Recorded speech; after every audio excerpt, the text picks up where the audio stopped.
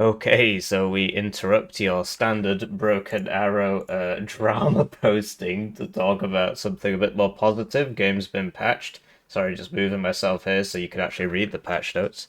This is update 1.08. They said it would come out this week. They just about scraped it by, right? And here it is. So we'll read out the patch notes. It's got some balance changes.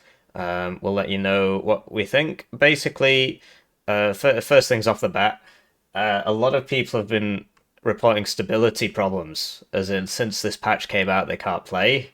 If you've had some stability problems, do let me know in the comments because it's one of those things that you can't really tell in aggregate. Obviously, the patch notes say everything's fixed now, but I've seen a lot of people saying they can't play since the patch came out, and I want to know if that's just circumstantial or if that's still happening. So, without further ado, here is update 1.08.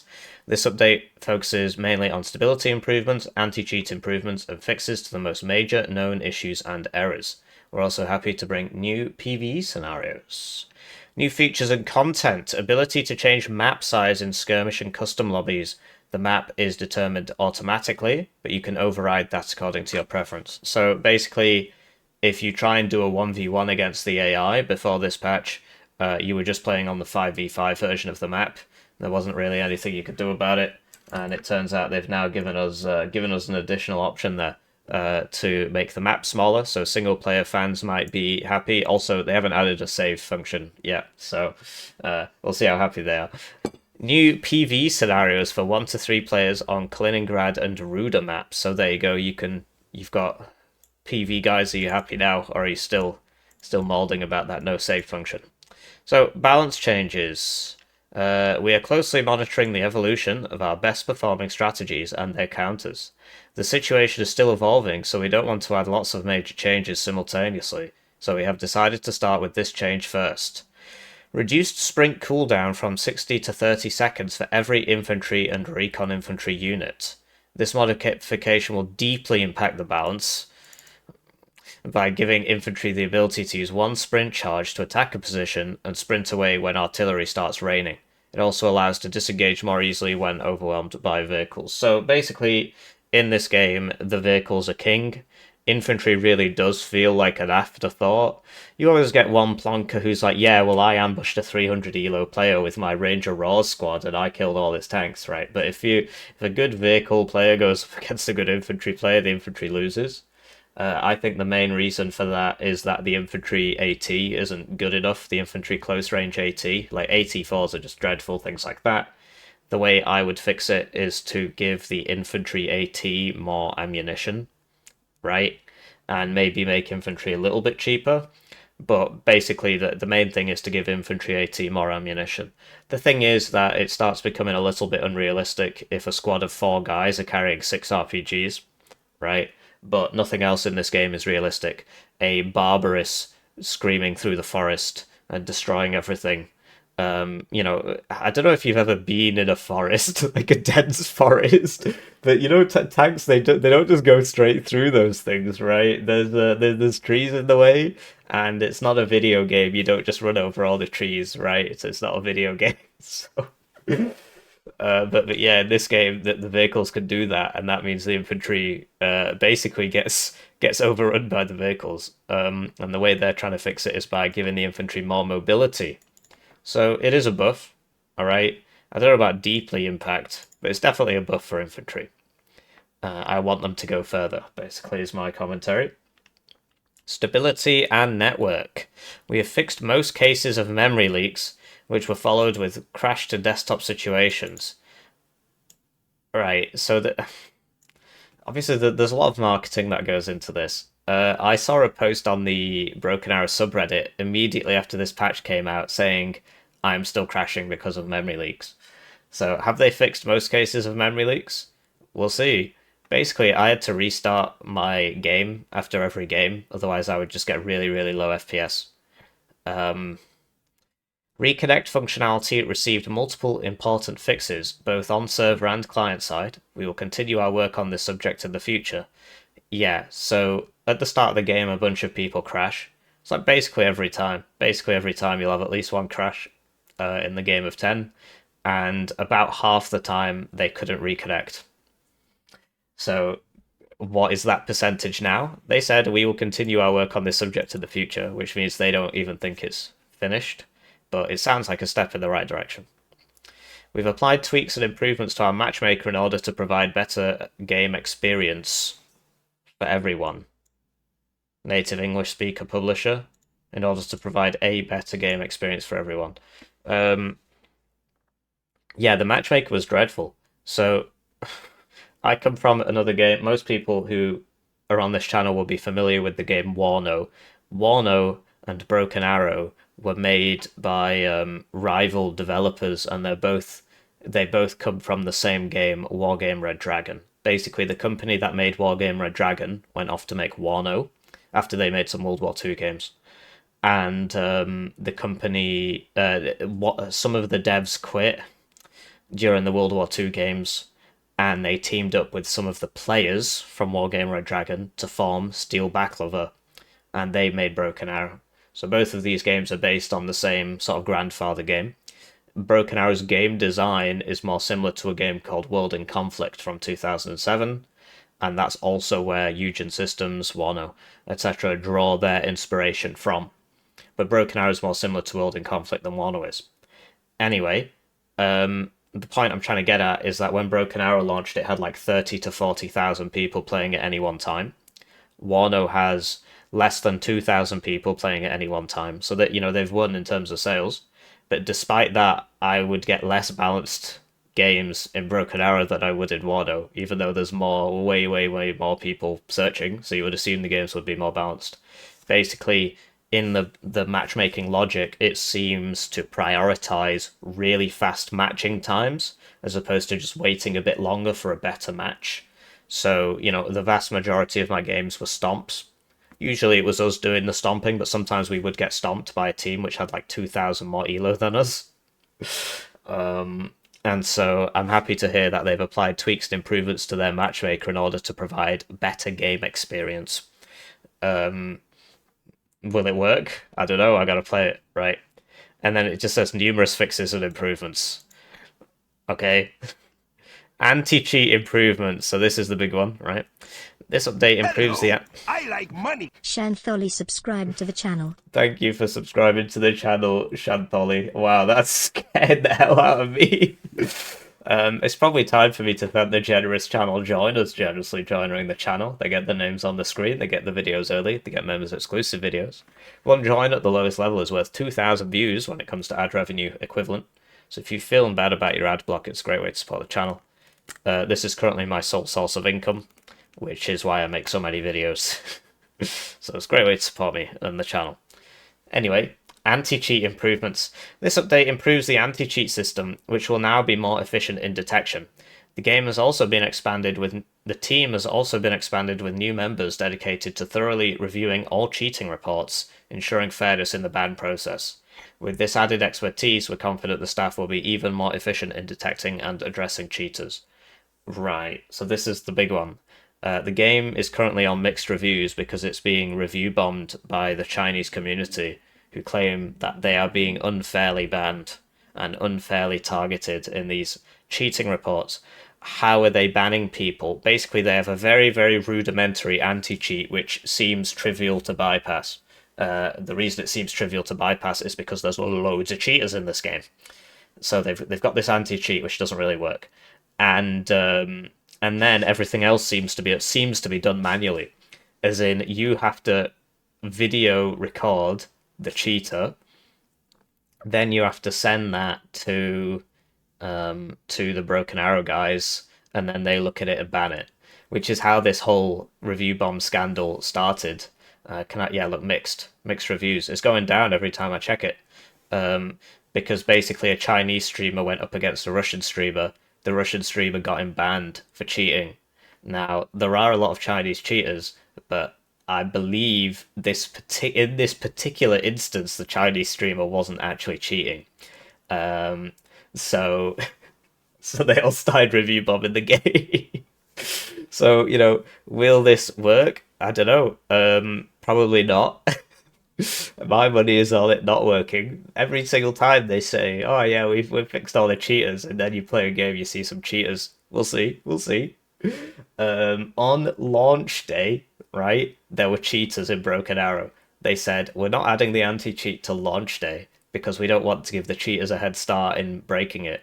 So you're not going to see the anti-cheat." So in the open betas, there were loads of cheaters. They said, "Ah, don't worry, we've not deployed our anti-cheat yet."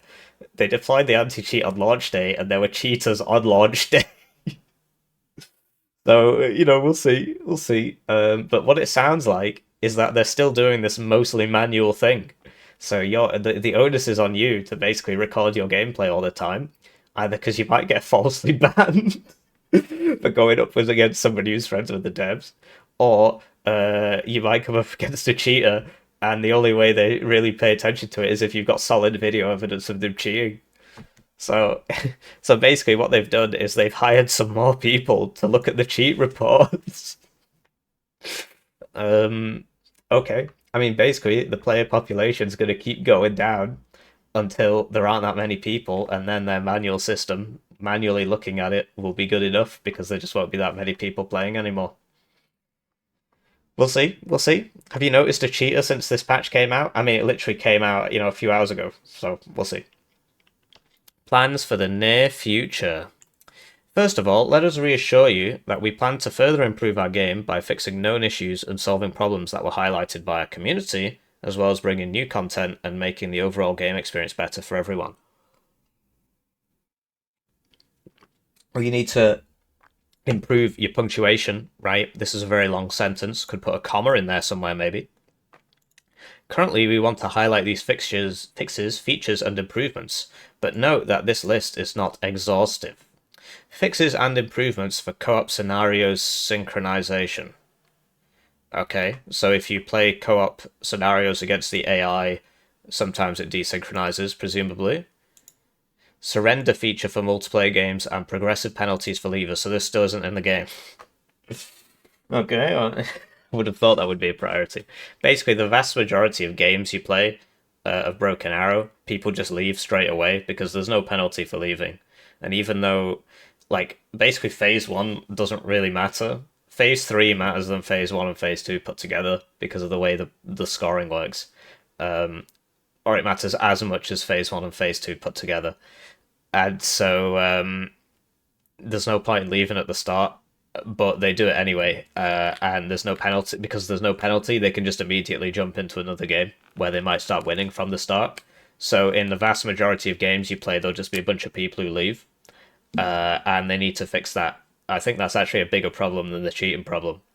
Because that happens in every single game, whereas the cheaters are probably like 1 in 10 games, you get a cheater. Anyway, they've not done that yet. New UI screen for scenarios. Okay, I don't really care.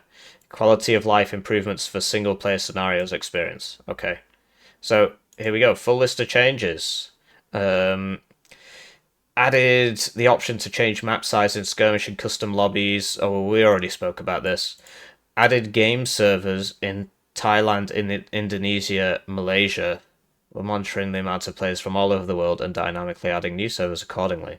Full list of currently available servers, geolocations in global region. It's a British publisher. Whatever. US West, US East, Hong Kong is apparently one word. No, it's not.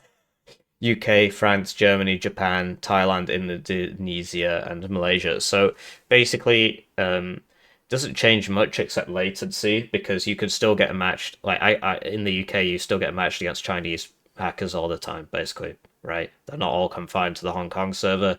It just means that you have a higher chance of having lower latency because the server. So if you're an Indonesian player and you were playing against a Thai player, you would end up on the Hong Kong server or the Japan server, which would increase your latency, even though you're both local. So now you would end up on the Indonesian server or the Thai server, and you would get lower latency, less lag. Added portraits for Baltic States vehicles. Okay. Added a swimming animation for ground troops where applicable. Yeah, so if you actually zoomed in on any of the infantry when they were swimming, they were just walking on the water. It was pretty funny. Added PvE 1v3 Kaliningrad scenario tower defense. Added PvE 1v3 Ruda scenario tower defense. General fixes and improvements. Fixed multiple crash to desktop due to memory leaks. Fixed memory leak issue on our server infrastructure. Okay, so not only were you crashing because of memory leaks, the servers were also crashing because of memory leaks. Like I said, I've already seen some posts on Reddit saying that there are still memory leaks, and he had proof. He actually posted all the logs from his graphics card driver. He used an AI to like analyze it and say like, what's the problem here, and it said memory leak. But it's AI slop, right? Fix multiple cases of reconnect battle to battle button not appearing. So yeah, basically you would have people who would crash at the start, because I would always play on a 5 stack, which I recommend you do as well if you actually want to enjoy this game. And I would have people who would crash at the start, and they say, I can't join back, there's no reconnect button. So they would restart their game multiple times, and sometimes it would show up, and sometimes it just wouldn't. So hopefully that's fixed. Fixed an issue with the campaign menu being stuck, okay? Fixed multiple cases of player.log files consuming excess amounts of space. Yeah, so this was another thing I got told about. I had a guy tell me that he ran out of hard drive space because this game was just making these massive many gigabyte log files, so it's nice that they fixed that, apparently. Fixed an issue when players may have empty map without playable zone capture point spawn points after loading to the game. This clearly hasn't been written by an English speaker. I mean, what? In both single player and multiplayer. So, yeah, there were also bugs which I've had where games would just never end because you'd spawn in and there wouldn't be anything there. And the game just wouldn't end, so you'd have to quit and it would be marked as a loss. Fixed an issue when players might have 99 out of 99 units in a deck after loading to the game. So this is another thing, right? Their anti-cheat doesn't go after people who spawn infinite units and stuff. They have to do that manually. Why? Well, it's because they've got bugs in their game. Well, why? Because they've programmed it in, right? But also, they have bugs in their game which mean that you can have infinite availability anyway through no choice of your own, right? And there's bugs where you can have invisible units for no choice of your own. I don't see anything about that here. Fix an issue when player may get disconnected from game server with corresponding error message. Okay.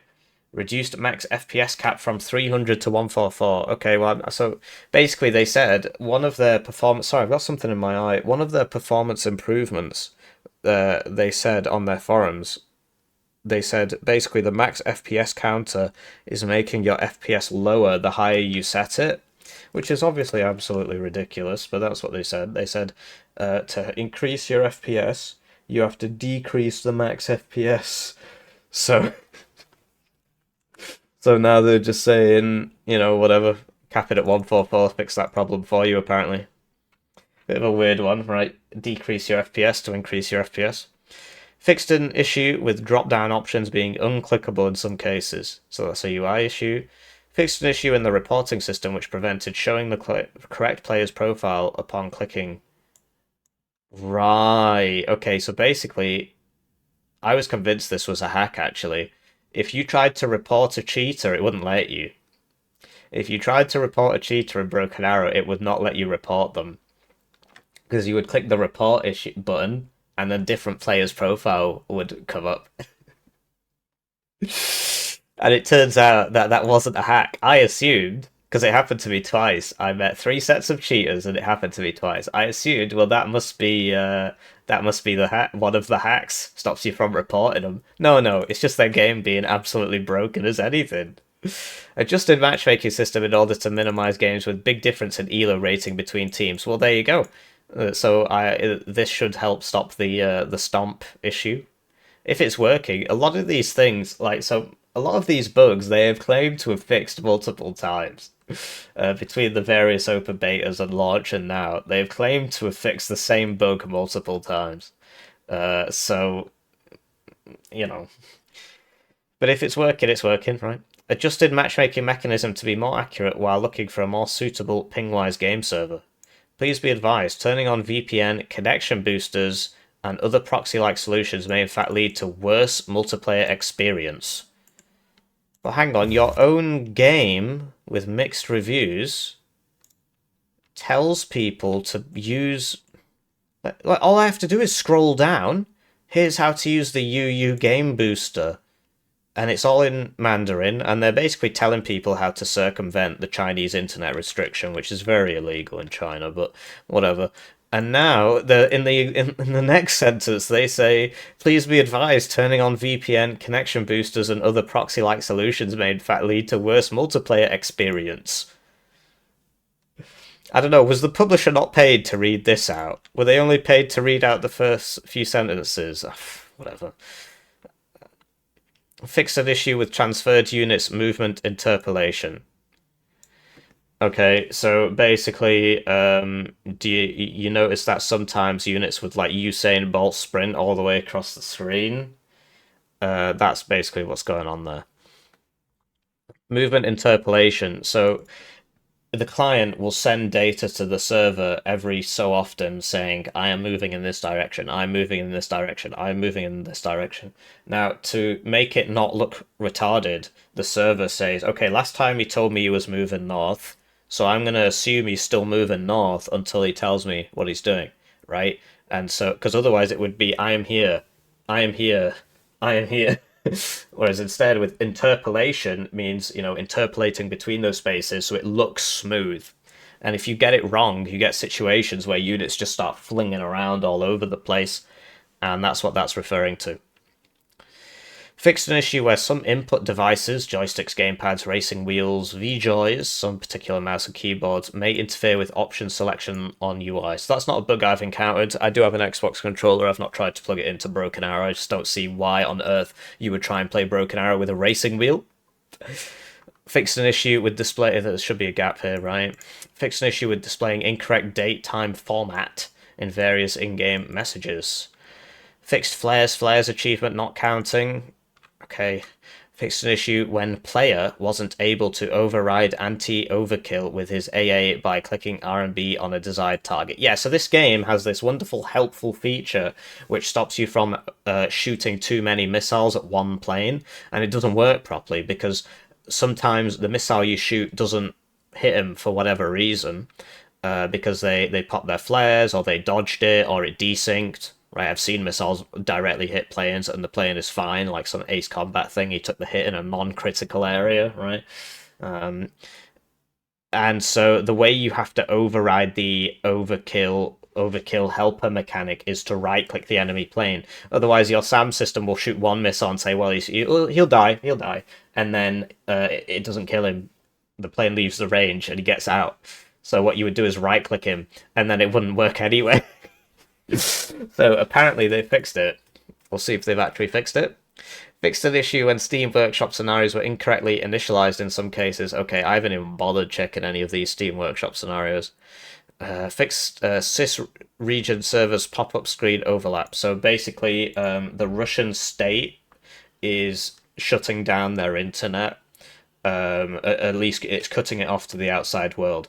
And so once every few weeks, the Russian state tells the Russian telecom agency RKN to ban another list of servers, and a lot of these servers are used for like video games and stuff. It's just people getting caught in the crossfire. They're probably not trying to restrict video games, but they're just blanket banning a lot of things.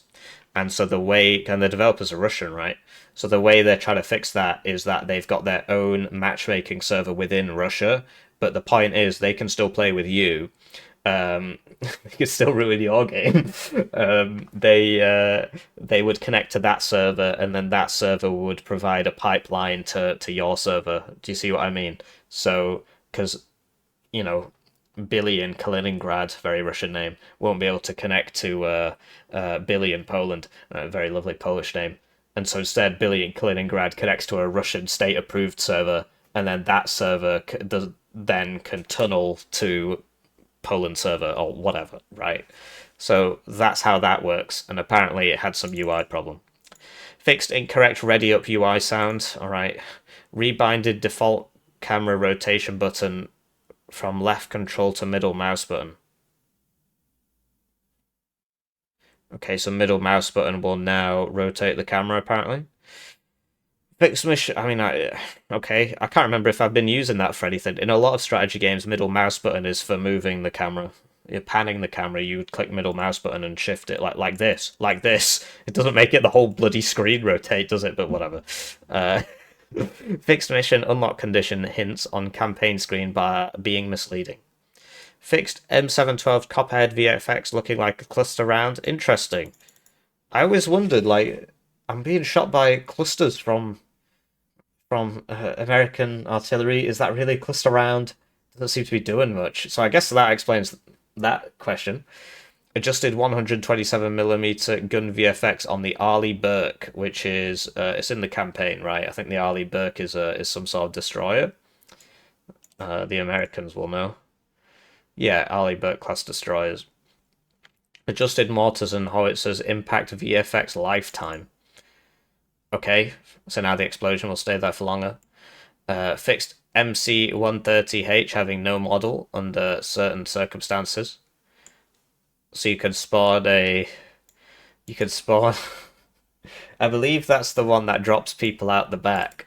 So you could spawn a plane that drops people out the back and it would be invisible. But they fixed it. Fixed touch KU missiles texture being pink. So basically that was a texture that was not applied because the default color is like pink and black squares, right? Adjusted parachute animations. Yes, I don't know if you tried paradropping in this game recently. Units would drop out the plane and then the parachutes would spawn in the ground and rise up to meet them. It looked pretty funny. Fixed cat tow marines pose with M240. Okay, I don't think you're going to notice that except in the armory. Here we go. I've had this problem so many times. The Russian AA blows itself up on a continuous basis. So apparently they fixed that, resulting in missiles being fired directly into the ground. There you go. Bay of Wind zone capture time adjusted from 30 seconds to 15 seconds to match other maps. Right, now if you've made video games, you'll know that this is very strange because it means that every single one of the maps has its own deployment zone capturing criteria that has to be set manually by the developers. So if you're an experienced game developer, you'll be thinking, what the hell are they doing? For everybody else, whatever. Apparently Bay of Winds had longer capture times. Various fixes for weapon icons, various localization fixes. Okay, and then there's a bunch of campaign fixes because the campaign is completely broken. You can't finish it. You can't finish the campaign. Blackout mission, fixed mission being stuck in some cases. Showtime mission, fixed time-related medal couldn't be earned. Fixed cases of players being stuck. Peacekeeper mission, fixed missions intro cutscene not correctly scaling for 4K resolutions. I had this problem a lot actually. Some of the videos would just be like in a box here. Well, you know, in the middle of the screen, there would just be a box, and then others would be full scaled. So I thought that was a bit weird. Operation Cold Harbor mission, various improvements for each difficulty level. Player now has slightly more resources and units. The behavior of attack waves from Narva has been improved. This was absolutely very difficult to beat. I remember this one. And yeah, it was like you just didn't get enough stuff. By the end of it, I was just smoking the zone and running around in the smoke. Forbidden Waters mission, various improvements for each difficulty level. Player now has slightly more resources and units. Improved AI behavior. Broken Arrow mission. Various fixes for voiceovers. Fixed a bug when the green light team was able to capture the last objective in the Bennett plan. Okay. I didn't finish the campaign because I just got bored of it, so I haven't actually played Broken Arrow. Balance. What wasn't there balance up here? What? Okay, whatever. Reduce sprint cooldown from 60 to 30 seconds for every infantry recon infantry unit. Fix mistake in base price of cat toe from 110 to 100. This could result in deck value being inconsistent. Yeah, so I had problems with the game where I would save my deck and then it would say you've gone over. When I checked it, I hadn't gone over, and then it would say you've gone over, and then I'd save it again, and it would say you haven't gone over. So that must have been what was causing it. Spetsnaz grew Verba option added a second Verba launcher to balance the interest of this option with the two others. Yeah, exactly. So Spetsnaz grew, the Batman squad, had heavy anti-tank with 6 anti-tank launchers, which is still not a lot, but it's better than nothing. mixed anti-tank and AA, where it would have AA with like 3 missiles and anti-tank, or heavy AA, which would only have one AA launcher, but I think it would have 6 missiles. And so it was just never worth it to take that one. So now they've added a second launcher. In January, Sturmer Viki price has gone up, okay, because that was such a useful unit. Those are the Russian stormtroopers. You put them in a building and they kill stuff. Apparently they cost more now. Fixed optics values for the Screshit with ZU-23M plus Igla to detect the helicopter further away. I did notice that these were kind of bad, and I didn't really understand why. Fixed TOS-1 rear heat armor being inferior to the kinetic armor, okay. Fix the A22 Berrig howitzer having lower reload times in the mixed loadout. Oh, that's a shame. I thought that was on purpose. Because the mixed loadout costs a lot more, so I was getting that because it made you shoot faster. Okay, well. So that's it for the update. Go forth and use your game booster and cheat. And yeah, do let me know what you think. Do you enjoy this? Have you? But the main thing you need to let me know is, are you having stability problems? Because a lot of people have reported that this update has actually made it worse. And I'll see you in the next one. GG.